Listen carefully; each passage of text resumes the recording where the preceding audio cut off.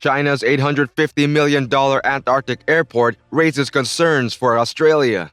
China is to go all in on Antarctic exploration, investing $850 million in the construction of a new airport. In this video, we'll talk about China's $850 million investment and the Antarctic Airport that concerns Australia. China recently announced plans to develop its first permanent airport in the South Pole, joining the United States, United Kingdom, and Australia. What are the geopolitical implications of the shift, as well as the logistical problems of building a hub in some of the most harsh environments on the planet? Antarctica is a new continent full of mystery for humans. This new continent, surrounded by many icebergs, has drawn experts from all around the world. Every year since mankind first discovered Antarctica in 1895, a considerable amount of explorers and scientific researchers have visited. More than 30 countries have established over 80 scientific research stations in Antarctica, as well as over 50 big and minor airports. China is also planning to invest $850 million in the construction of a new airport in Antarctica. Yet what no one expected was that Australia would oppose the project from the start.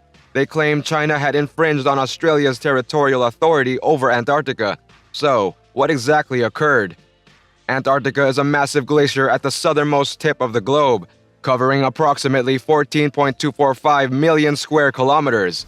Antarctica has the coldest temperature on the planet, with a low of negative 89.2 degrees Celsius.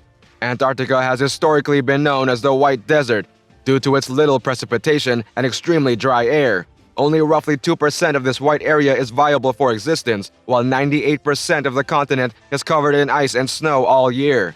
Nevertheless, ever since humans discovered Antarctica, this white desert has drawn experts from all around the world. Why is this the case? Although Antarctica appears to be a glacier, it is rich in valuable resources such as oil and minerals. According to existing human exploration data, Antarctica holds about 200 different types of mineral resources, including the world's first coal mine and iron ore reserves. Its mineral deposits are the world's most valuable iron-rich mines. These resources are critical in scientific research, the economy, and military affairs. If humans can use these mineral resources in the future, the globe will have access to them for at least the next 200 years.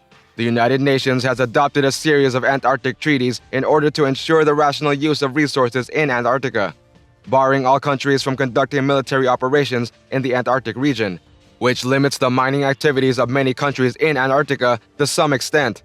However, the treaty's validity period can only be extended until 2048. The pact was first signed by 12 countries, and it has now been signed by 52 countries. But after 2048, all governments in the globe must have their sights on the rich, enormous warehouse of Antarctica, and they all want to exploit it first. As a result, whatever country takes advantage of the chance in Antarctica now will be able to get a big amount of resources in the future. Many countries have established scientific research stations and airports in Antarctica to better investigate the different rich resources. By 2021, more than 30 countries have built research stations and airports in Antarctica. There are around 80 scientific research sites and over 50 airports among them. Being the world's most developed country, the United States will undoubtedly seize the opportunity to utilize Antarctica's riches. As a result, the United States presently has the most airports in Antarctica, with 13 airports, followed by Russia, which has 8 airports. In recent years, China's strength has grown significantly, and the level of scientific research has steadily improved. As a result, China intends to join the expedition to Antarctica. Despite the fact that China already has 5 scientific research outposts in Antarctica, it does not have a permanent airport. It is a major issue for China to deploy scientific research personnel and materials here.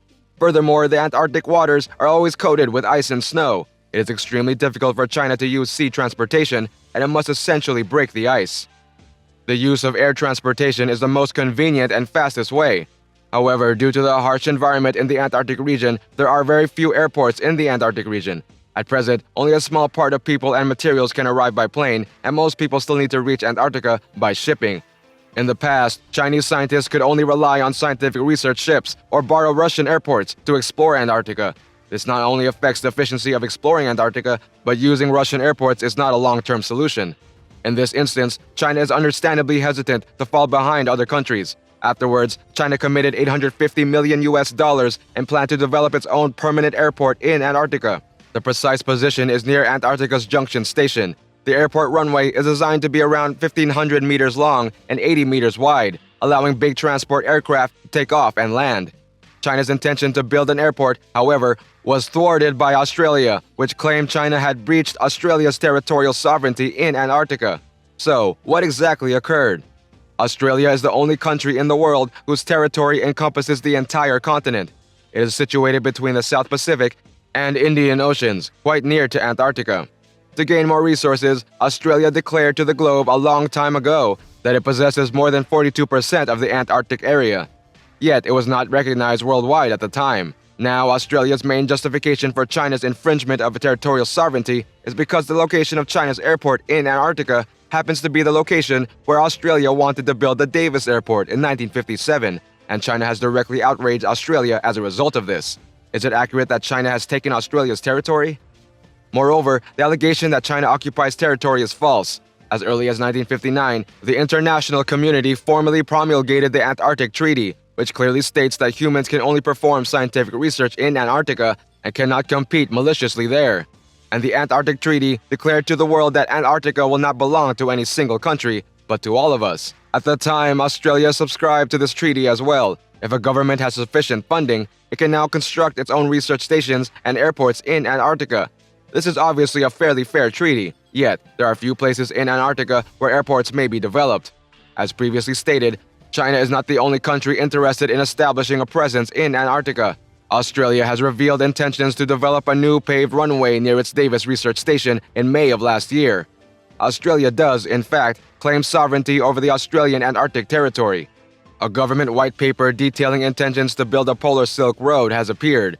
Unlike Australia, which was one of the initial signatories to the Antarctic Treaty, China is still a newcomer to the region. A government white paper revealing plans to build a polar Silk Road appeared in January 2018, confirming Beijing's lofty intentions to extend its global hegemony towards the South Pole. There are only a few good spots left, other from those already erected in the United States and Russia. In the last 60 years, Australia has used the construction of Davis Airport as an excuse to remain in this position for an extended period of time, but has never begun to build Davis Airport. This is clearly a seat with an active occupation. Even if China does not construct an airport here, we expect that other countries will compete with Australia in the future. As a result, China has not violated Australia's territorial sovereignty in Antarctica, but Australia wishes to occupy this place for an indefinite period of time, which is clearly immoral. But in the process of building the airport, China has also encountered many difficulties. Due to the special environment in Antarctica, construction workers must be ready to face dangerous situations such as heavy rain, ice and snow cracks at any time. The actual location of the airport remains unknown, but one thing is certain: its construction will have to take into account a slew of issues, not least Antarctica's harsh climate. Given that the region is effectively a constantly changing ice platform produced by continental drift, builders will need to find a spot where the speed of this movement is slowest and preferably in a fixed direction. Moreover, Antarctica is located in the westerly belt with strong winds, so the construction is very difficult. The thick snow layer is not only difficult to construct, but also unable to meet the requirements of aircraft takeoff and landing. But no matter what kind of difficulties they encounter, the Chinese can always move forward without fear of any difficulties and obstacles. The airport is now almost complete, and is expected to be fully completed by 2023.